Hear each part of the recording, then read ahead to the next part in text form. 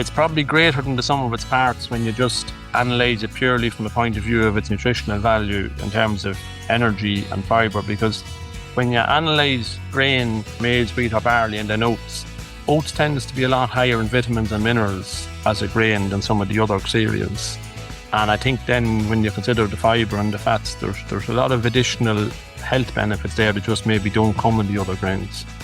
Hello and welcome to the Beef Edge, the Teagasc Beef Podcast, for all your latest news, information and advice for Irish beef farmers. I'm Catherine Egan and I'm joined by Ronan Lynch, agronomist with Deeside Agri, and beef and suckler farmer Brian Kirk from County Louth to discuss the opportunity of using native greens in rations. Ronan, before we start, can you just give us an overview of Ireland's current reliance on imported feed ingredients? Well, I suppose, Catherine, we have a feed industry in Ireland that's approximately 7 million tonne. We produce 2 million tonne of grain, so there's 5 million tonne imported, and that includes proteins as well. So we're heavily dependent on imported grain, and I suppose part of that is that 70% of that comes from countries outside of the EU, and then of that, there's 50% of it is genetically modified, comes from genetically modified plants. So it's kind of it leaves Irish grain at a disadvantage trying to get into rations because the cost of production of those grains is a lot less than ours. And looking at those figures that you mentioned, Brian, how important are native cereals to Ireland, especially oats, for improving self-sufficiency within the livestock feed industry here in Ireland? Well, sure, I suppose oats is a big part of the finishing diet in some animals, like in bulls. It's great for finishing fat covering bulls. But sure, it also helps in suckler cows, like for pre-calving. Most definitely, and you mentioned there, the fact Ireland is producing a lot of grain itself and importing grain. For the amount of oats, how much oats does Ireland produce each year, and where does most of that go, or what's the potential use of some of them in beef diets? Well, I suppose, Catherine, Ireland produces, depending on the season and what the spring, approximately 200 to 250,000 tonne of oats per annum. About 50,000 tonne of that goes into the forage market, maybe a little bit less. And then there's obviously a market for equine feed, but there's still a surplus most seasons that has to go into the animal feed industry. But I would feel that tillage farmers would produce more oats. There's always a bit of nervousness, is the market going to be over or undersupplied? But definitely, if there was more demand or more ready demand for oats from the feed industry, Irish tillage farmers would produce a lot more oats. Like they're a cheaper grain to produce in terms of much lower carbon footprint in terms of the amount of nitrogen you need to produce them, and then there's lower chemical inputs. They just, as a cereal, they very well suit the Irish climate, the wetter climate. And researchers at Teagasc Grange, they carried out 2 finishing trials comparing rolled oats to rolled barley. What were the findings on animal intake and daily live weight gain of that research? The bits of that research that I have seen, Catherine, are that basically there was no reduction in intake. There was the same performance in terms of weight gain, and I think there was the same performance in terms of kill out and conformation. All the benchmark parameters that are needed for a feed and kill out were the same. There was no significant difference between oats and barley. Brian, can you just give an outline of your beef production system? Yes, we're suckler farmers. We produce everything to beef, and we also buy in bulls and heifers to finish the beef. Now, we feed all our home ration, everything except soya. We buy a wee bit of protein. That's the only thing we buy. And we also feed a lot of beet and maize silage.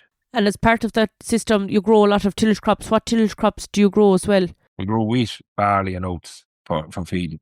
And we often hear some farmers say, barley is the premium grain and that oats is possibly second best. What's your thoughts on feeding oats versus barley? Well, there's always a place for barley in the ration, but there's also a place for oats, because even though only a small amount of oats, it helps. Like I said there about the fat covering bulls, like we always had trouble getting fat covering bulls, in the last few months, like May and June, and since we started feeding, we'd only be feeding a kilo or a kilo and a half of oats, like rolled oats. But it has helped with the fat cover and also with the suckler cows. But barley also was a place, and I just wouldn't change it completely from oats to barley. I'd still have my barley in the ration, And currently for the finishing stock, what's your current feed ration formulation for finishing? We'll be feeding as grass silage, maize silage, fodder beet, rolled barley, alkaline wheat, and rolled oats. And a small portion of soya, maybe 0.4 of a kilo of soya. And in relation to the suckler cows there, you mentioned feeding oats. At what stage are you feeding oats to the suckler cows? We feed oats to the suckler cows from the go into calve, maybe this time of the year, the end of November, the start calving in January. We'll feed them a kilo of oats per day, along with grass silage and straw, wheat and straw, chopped straw. And what benefits do you see to feeding the oats at this stage prior to calving? Look, it's hard to pinpoint what you say in a suckler cow, but we'd have less trouble calving and we'd have healthier calves, but that mightn't be all down to the oats. But I think it is a lot of it's the oats, and it's not a dear feed to give them a kilo of oats each day, I think just cutting across it there, Catherine, but I think just little bits things I'd have been reading in oats is that it's probably greater than the sum of its parts when you just analyze it purely from a point of view of its nutritional value in terms of energy and fiber, because when you analyze grain, maize, wheat or barley and then oats tends to be a lot higher in vitamins and minerals as a grain than some of the other cereals. And I think then when you consider the fiber and the fats, there's a lot of additional health benefits there that just maybe don't come in the other grains. And particularly when you mentioned there, Brian, what you're seeing, particularly for cattle that's being finished with regard to the fat cover that you're seeing on the bulls in particular. Yes, well, fat cover on young bulls is very hard to get on them, especially as they get closer. You're pushing them on a growth. But I found oats puts on the fat cover. Like we moved up from we used to be always maybe 2 minus fat, and now we're at 3 minus, like maybe 3 equals. And I would put that down to the oats. And I suppose from your point of view, it's a closed system other than buying in proteins that you mentioned, bringing all the grains straight through in the animals that you're buying. And you're also buying in stock to finish. I suppose, what are you looking for in the animals that you're buying in with the rations that you're formulating, bringing them to finish?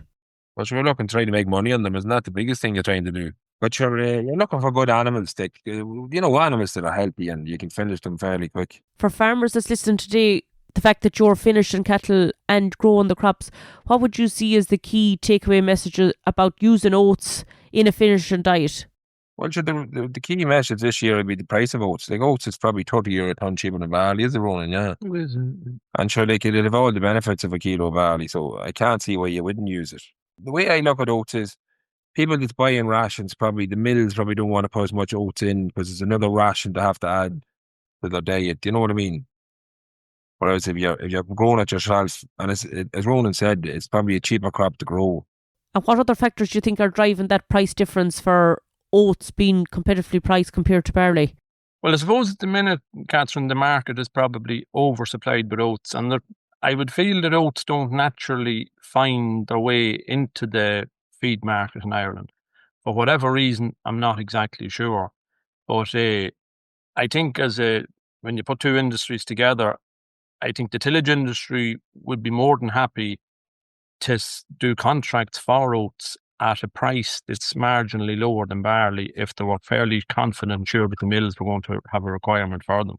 I think another factor that's probably, when you look at some of the research on oats, like there's a lot of work been done on the continent to show that an element of oats in the rations is helping to reduce methane emissions from dairy cows, especially, and beef cows.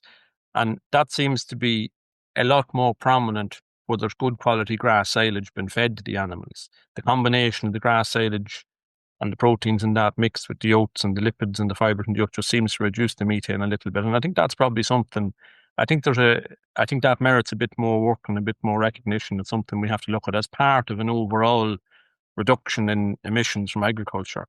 And the other part of it is, like, if as a tillage industry we can supply a higher quantity of a very low carbon grain to the feed industry, whether it be dairy or beef, I think that's an option we have to explore properly. Because at the end of the day, like, you can't always be competing in the market for the lowest price. We have to look at the quality credentials of what we're producing, be it milk or beef, in terms of carbon emissions that it takes to produce it. And I think oats has a big role to play in that for Irish products.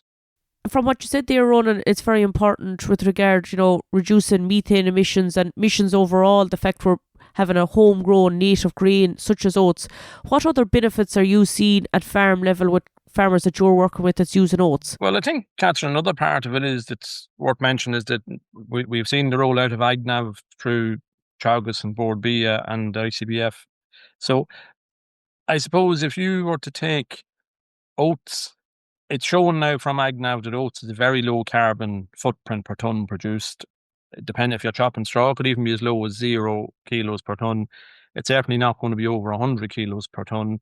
And if you take in Brian's situation where he's growing oats on his own farm, like the carbon footprint of the beef he is producing from home produced forages and oats as a cereal is definitely something we have to recognise within the industry. That's great. Thanks very much, Brian, and thanks very much, Ronan, for joining me today. Thank you. Thanks, Catherine. That's all for this week's episode, and my thanks to Ronan and Brian for joining me on the show. You can catch up on all other shows and interviews from the Beef Edge podcast on the Teagasc website at teagasc.ie, or you can listen on Apple and Google Podcasts as well as Spotify. Don't forget to rate, review and subscribe so you never miss a show. For all other updates from our beef programme, keep an eye on our Twitter and Facebook pages. Until next time, I'm Catherine Egan, and thanks for listening.